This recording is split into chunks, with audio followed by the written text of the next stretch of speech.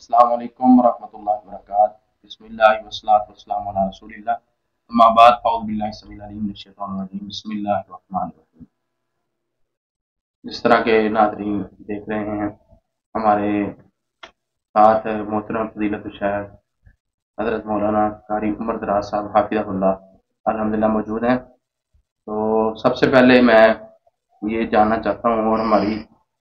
جو ویوز ہیں وہ جاننا چاہتے ہیں کہ شیخ محترم کا تعارف کیا ہے۔ شیخ مختصر صاحب تعارف پیش کریں۔ بسم اللہ والصلاۃ والسلام علی رسول اللہ، اما بعد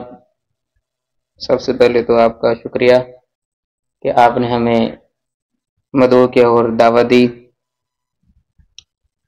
میرا نام عمر دراز بن عالم شیر ہے، اور خاندانی پس منظر جو ہے وہ سارے ہی تقریباً بریلوی ہے، اور صرف میرا بڑا بھائی اور میں الحمدللہ اہل حدیث ہوں، اور یہ بھی پچھلے کوئی 8 سال سے الحمدللہ میں اہل حدیث ہوا ہوں۔ اور میں نے قرآن مجید حفظ کیا ہے گوجرا شہر جو بٹک سنگھ کی تحصیل ہے، اس میں ایک ادارہ ہے مرکز التقویٰ، یہاں سے میں نے الحمدللہ حفظ کیا۔ پھر حفظ کے فوراً بعد ہی شیخ عبدالفقانی صاحب یہ میرے استاد ہیں، اور اس وقت جامعہ محمدیہ اکاڑہ میں ہوتے ہیں، تو انہوں نے میرا داخلہ کروایا تھا جامعہ سلفیہ میں سن 2018 میں۔ پھر الحمدللہ جامعہ سلفیہ میں مکمل درس نظامی اور ساتھ قرات سبع و ثلاثہ الحمدللہ، یہ بھی اللہ تعالیٰ نے توفیق دی ہم نے کی۔ اور بخاری ہم نے شروع کی تھی شیخ عبدالعزیز علوی صاحب رحمہ اللہ رحمۃ واسعہ، جو وقت کے محدث تھے، عظیم مصنف تھے، اللہ تعالیٰ ان کی مغفرت فرمائے، درجات بلند فرمائے، بہت سلف کی نشانی تھی۔ اسٹارٹ کی تھی لیکن کچھ ان کی طبیعت ناساز ہونے کی وجہ سے 2 جلدیں تھی، پہلی جلد استاذیہ میں پڑھاتے تھے شیخ ڈاکٹر عتیق الرحمان صاحب جو سابقہ مدرس مسجد نبوی رہے ہیں، اور دوسری جلد شیخ صاحب ہمیں پڑھاتے تھے عبدالعزیز علی صاحب رحمہ اللہ۔ پھر شیخ صاحب کی طبیعت ناساز ہونے کی وجہ سے دونوں جلدیں ہمیں الحمدللہ مکمل بخاری جو ہے وہ شیخ ڈاکٹر عتیق الرحمان صاحب نے پڑھائی، اور الحمدللہ ہم پڑھی۔ پھر اسی طرح ہم نے صحیح مسلم پڑھی تھی، شیخ اکرم رحمانی صاحب ہیں، یہ بھی فاضل مدینہ یونیورسٹی ہیں، اور بزرگ استادوں میں ان کا شمار ہوتا ہے،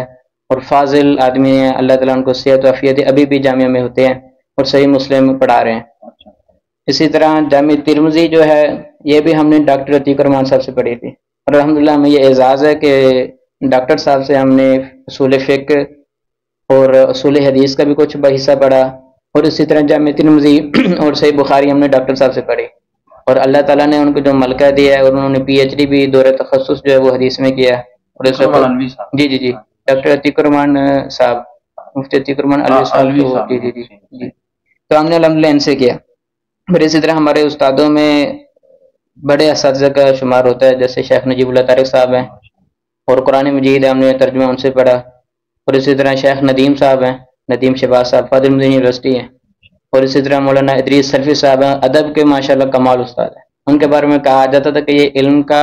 کباڑ خانہ ہے، اللہ تعالیٰ نے بہت زیادہ علم دیا تھا، اور مطالعہ کثرت تھی ان کی، ان سے ہم نے عقیدہ بھی پڑھا، عربی ادب بھی پڑھی، اور اس طرح کی کتابیں، اس طرح خیر ہم نے باقی سارے اساتذہ سے پڑھی۔ اور خصوصاً یہاں پر میں چاہتا ہوں کہ ذکر کر دیا جائے کہ شیخ عبد الرحمن انور صاحب حافظ اللہ تعالیٰ، میں تقریباً 3-4 سال ان کے ساتھ ہی رہا، اور الحمدللہ انہوں نے گرامر اور انہوں نے اپنے قریب رکھ کر، اور جس طرح تربیت کی جاتی ہے اور ایک استاد مربی اور والد کی جگہ ہوتے ہیں نا، ویسے شیخ صاحب نے ماشاءاللہ سے کام کیا، اور الحمدللہ ان کی توجہ اور ان کے ذوق اور شوق سے۔ اور یہاں ایک واقعہ آگے وہ چلو بتا دیتا ہوں کہ شیخ صاحب نے، میں نے ایک مرتبہ کہا تھا کہ شیخ صاحب میں نے نہیں پڑھنا دوسری کلاس میں، لیکن استاد جی نے اللہ تعالیٰ کو جزائے خیر دے کہتے ہیں کہ کوئی نہیں صوفی صاحب، تم پیچھے بہت کم کرنا، مسئلہ کیا، پریشانی کیا، بہت ایک ناصحانہ انداز میں استاد جی نے نصیحت کی، اللہ تعالیٰ ان کا اخلاص اور ان کی دعا جس کی وجہ سے پھر دل مطمئن ہو گیا۔ پھر الحمدللہ ہم نے پڑھی، اور انہوں نے 3,000 روپے اس وقت مجھے دیے تھے، اور کہا تھا کہ بلستانی حدیث اسحاق بٹی صاحب رحمۃ اللہ کی کتاب ہے، کلیات اقبال، علم السیغہ، اور اسی طرح قطر النداء وغیرہ، یہ لے کر آؤ اور پڑھو، ان کو یاد کرو۔ پھر الحمدللہ اسی طرح ہمارا سلسلہ ہوا، اور اس سال ہی ہم نے جو پچھلا سال گزرے نا سن 2024، اس کے آخر میں الحمدللہ ہماری تقریب ہوئی تھی، اور ہم جامعہ سلفیہ سے الحمدللہ ہم نے سند کی، جی الحمدللہ۔ آج کل کہاں خدمات سر انجام دے رہے ہیں؟ آج کل ایک ادارہ ہے مرکز علی المرتضیٰ رضی اللہ تعالیٰ عنہ کے زیر اہتمام عبداللہ بن عباس انسٹیٹیوٹ، یہ تحصیل گوجرے کا یہ ایک حصہ ہے نیا لاہور اسٹاف، وہاں پر یہ ادارہ ہے اور پس ماندہ علاقہ میں ہے، اور اللہ جزائے خیر دے، ان کے مدیر صاحب بھی ہیں اور شیخ مدثر صاحب، اور جو آپ بھی ہیں، اور ڈاکٹر عدنان صاحب ہیں، وہ بھی ان کے آپ کے متولی ہیں، زیر نگرانی ہے، اور ماشاءاللہ ایک مرد مجاہد ہے، جہد تسلسل کرنے والا، تگ و دود کرنے والا ہے۔ اور یہ علاقہ شیخ صاحب اس جگہ پر یہ ادارہ بنا ہے کہ جس جگہ پر دور دور تک توحید کی کرنی نہیں ہے، ہر جگہ پر اندھیرا ہی اندھیرا ہے، اور ان لوگوں کی اور آپ لوگوں کی محنت ہے، اللہ تعالیٰ بس تقبل اللہ جہودکم الطیبہ، اللہ قبول فرمائے، اور اللہ تعالیٰ اس ادارے کو دن دگنی رات چگنی ترقی دے۔ اچھا، ہماری جو سننے والے سامعین ہیں انہیں یہ بتائیں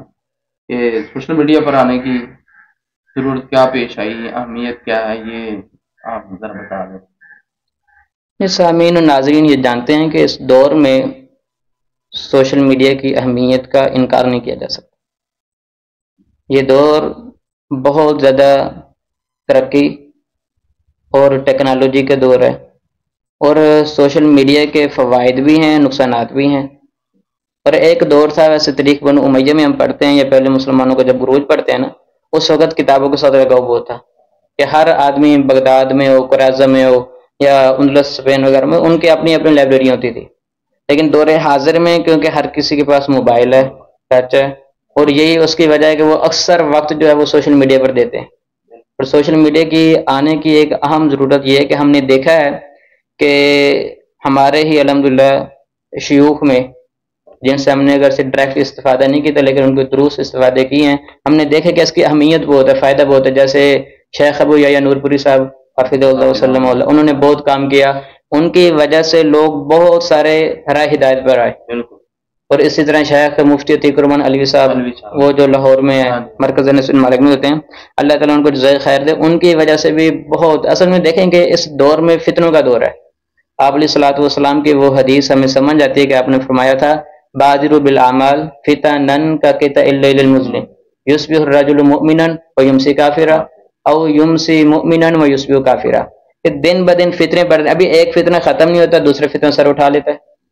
اور ان کا تعاقب اور ان کا جو علمی رد ہے وہ اللہ تعالیٰ نے ایسے رجال کار ہر دور میں پیدا کیے ہیں۔ اور جو ابھی ہم دیکھتے ہیں سوشل میڈیا میں، تو کیونکہ اکثر ہماری عوام، نوجوان نسل ساری کی ساری اسی پر لگی ہوئی ہے اور دیکھتی ہے، اور اس پر اپنا اکثر وقت جو ان کا ہوتا ہے وہ سوشل میڈیا پر ہوتا ہے۔ اب یہی کہنے کہ جدید ذرائع ابلاغ میں سوشل میڈیا کی جو اہمیت ہے اس کا انکار نہیں ہے، تو اس لیے ہم نے سوچا کہ انشاءاللہ کہ خیر کے کام میں وتعاونوا علی البر والتقوی، نیکی کے کام میں جتنا ہمارے حصہ ہے، جو ہمارے لیے ذریعہ آخرت نجات کا ذریعہ بن جائے، ہمارے اساتذہ کے لیے بن جائے، اور لوگوں کے لیے قرآن اور حدیث کی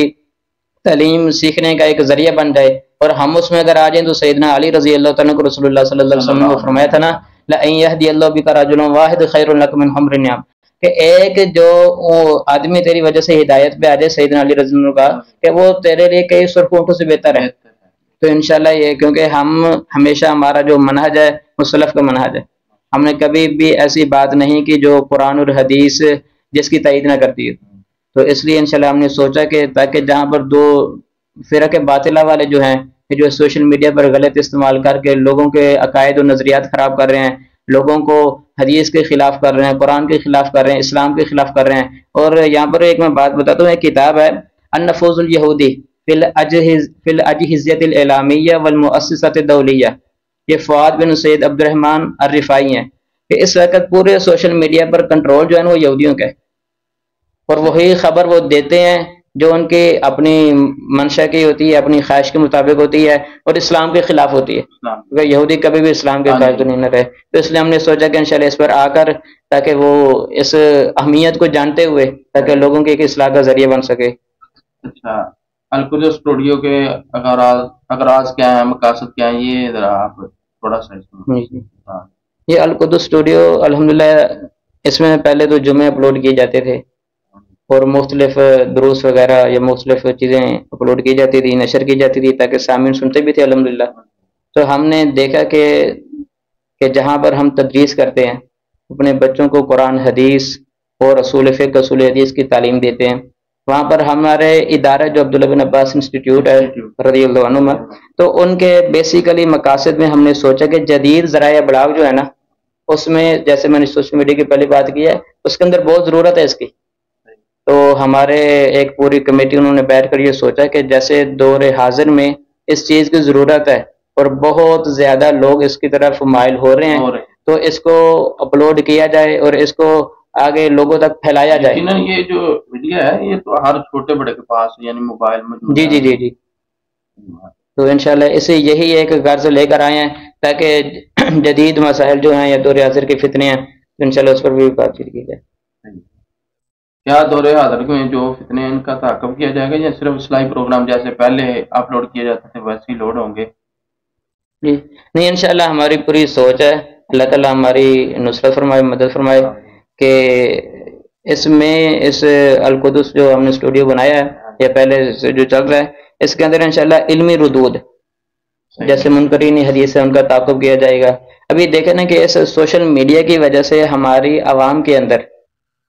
وہ جو مرزا علی جیلوی صاحب ہے